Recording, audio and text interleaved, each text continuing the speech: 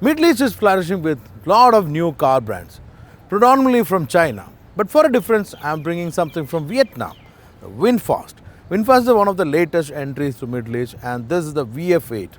I recently had gone to see the factory and VinFast group, and I'm quite impressed with the entire group. Let's check out, will I be impressed with the VF8, the only model right now on sale in UAE market. Let's check it out. All my flyers, welcome to Flyway.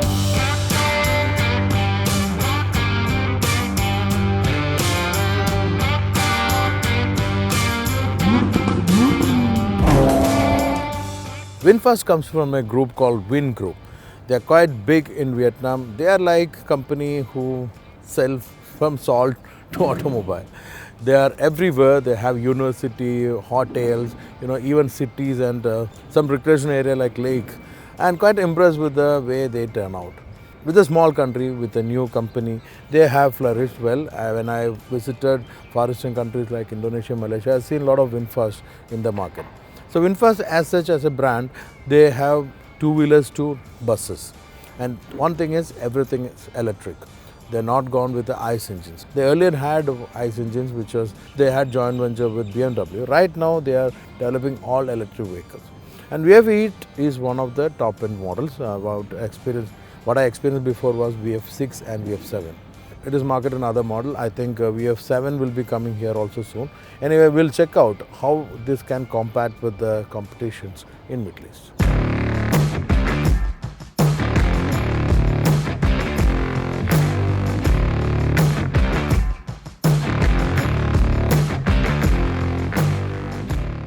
VinFast started making car in collaboration with BMW, and the first models they launched was based on X3 and 5 series. From then onward, they introduced their facial identity as V and a line.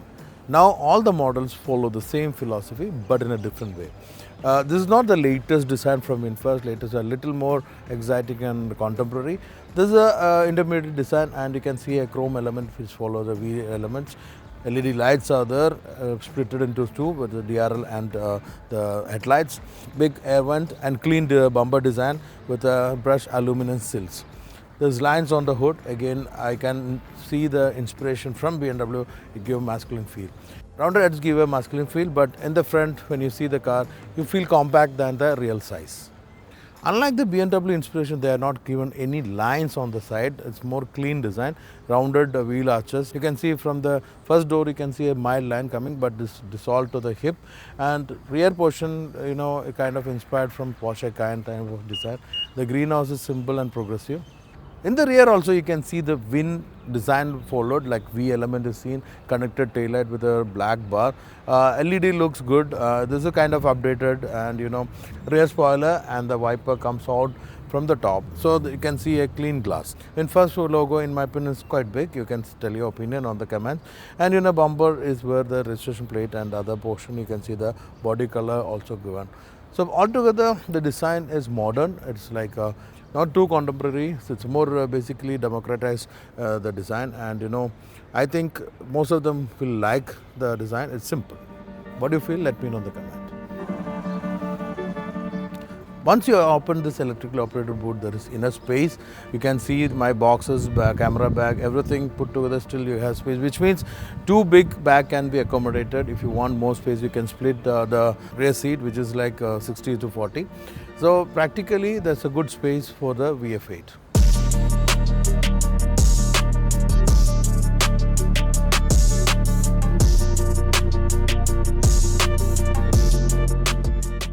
When you come to the interior, one thing I noticed is the roominess.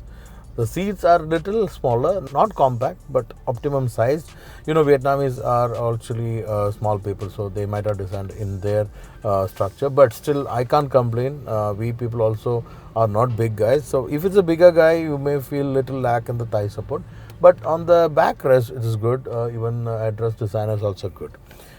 Basically, every controls are in this huge screen, infotainment screen. It's good quality in the graphics, connectivity is good, and it's performed well. But thing is, for everything you need to go to this control. For example, if you want to adjust the side view mirror or steering, you need to go here. You can select the steering with the knob here. It will work. It's bit lagging. small delay is there, but fine. But the problem is when you start driving, you can't adjust. So you have to set your seat before you start driving. Side view mirror can be adjusted. Again, that is not a good thing, which I normally comment, not only in VinFast, any brand. Everything on screen is a nice thing. It is a safety concern. You need to have hard switches, which a lot of brands are realizing and coming back. Hope this guys will also come back. Then everything can be controlled here. You can connect Apple CarPlay as well as Android Auto, that too wirelessly, and the functions all are good sound system also there. And if you want to open the boot, there's a button here. Again, if you want to open the sun blind, you can do it here. You can open the sun with the glass shade fully, with the glass half. All that can be done. You can adjust it. And if you want to close it both together, there's a one button, same as you can open it. The thing is, all can be controlled here, but this is not a nice thing to go to the screen deviating from your driving posture. You should have the buttons which will be good to regulate safety. One thing is a personal, but I want to know your opinion.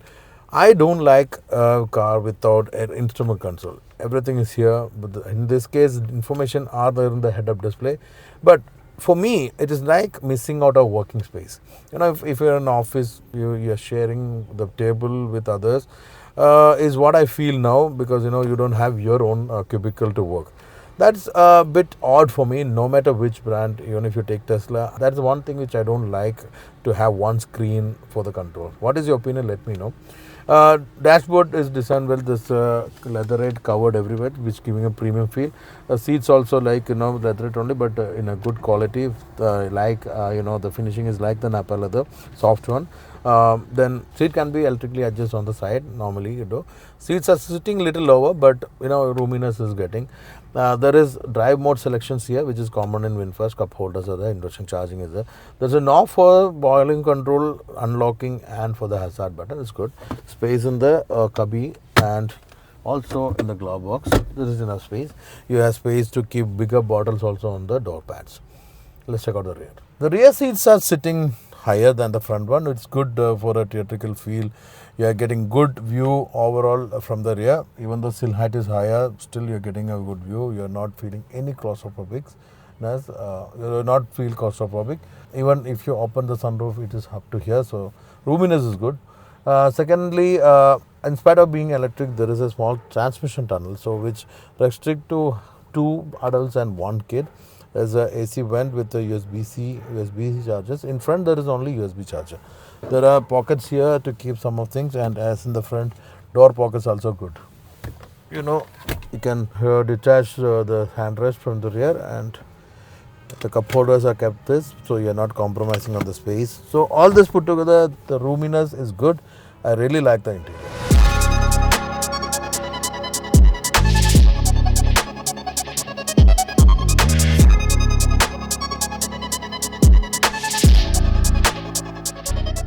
So what we're driving today is a VF8 Plus variant. It's a more powerful one. And as I mentioned, the power torque figures are really impressive one, and even the range is quite good for such a vehicle.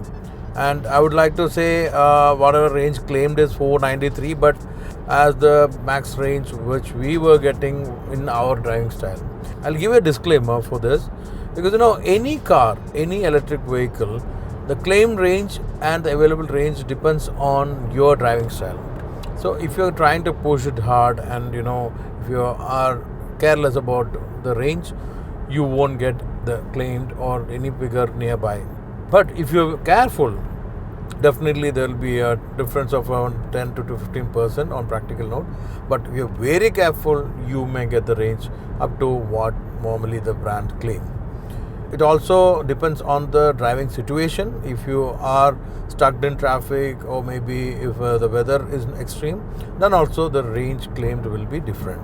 It's not like ICE vehicle. It's normally very different from what we experience generally with the petrol or diesel vehicles. Quite exciting.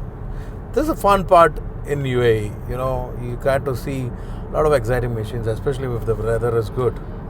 So with the VF8, what I noticed is majorly they are concentrated to make this one as a family vehicle. Of course, there is power. If you want to push, it is available on the tap like any electric vehicle. But it is spacious, comfortable, and safe. Space, I already mentioned the interior. What I am experiencing while driving is the suspension part. You can experience the road surface while you're driving. It's not in a very negative manner, but still it's not ultra smooth. I don't think any car of this stature can be so smooth because it's heavier, and to tune it to that level, it's quite expensive. But if you are in the market for a vehicle of 190,000 dirhams, I can't too much complain. That is good. Refinement level is surprisingly very good. Even the road noise is less, the wind noise is very minimal. So altogether, refinement level in the cabin is what I appreciated more. And the driving stature is also impressive. It's not very sharp pinpointed vehicle, but still you can experience a good driving. Steering is a bit naughty, I would say, because ADAS features work too much cautiously. Even if you're trying to change the lane and you're delayed in it, you're putting your indicator, this is the situation, see? So in first attempt, always it bounced back to the other lane. It's always kind of fishy, and you know what, if you're used to some roads and some driving style, it takes time to adapt to that. But that shows that ADAS is working perfectly. Too cautious, I would say.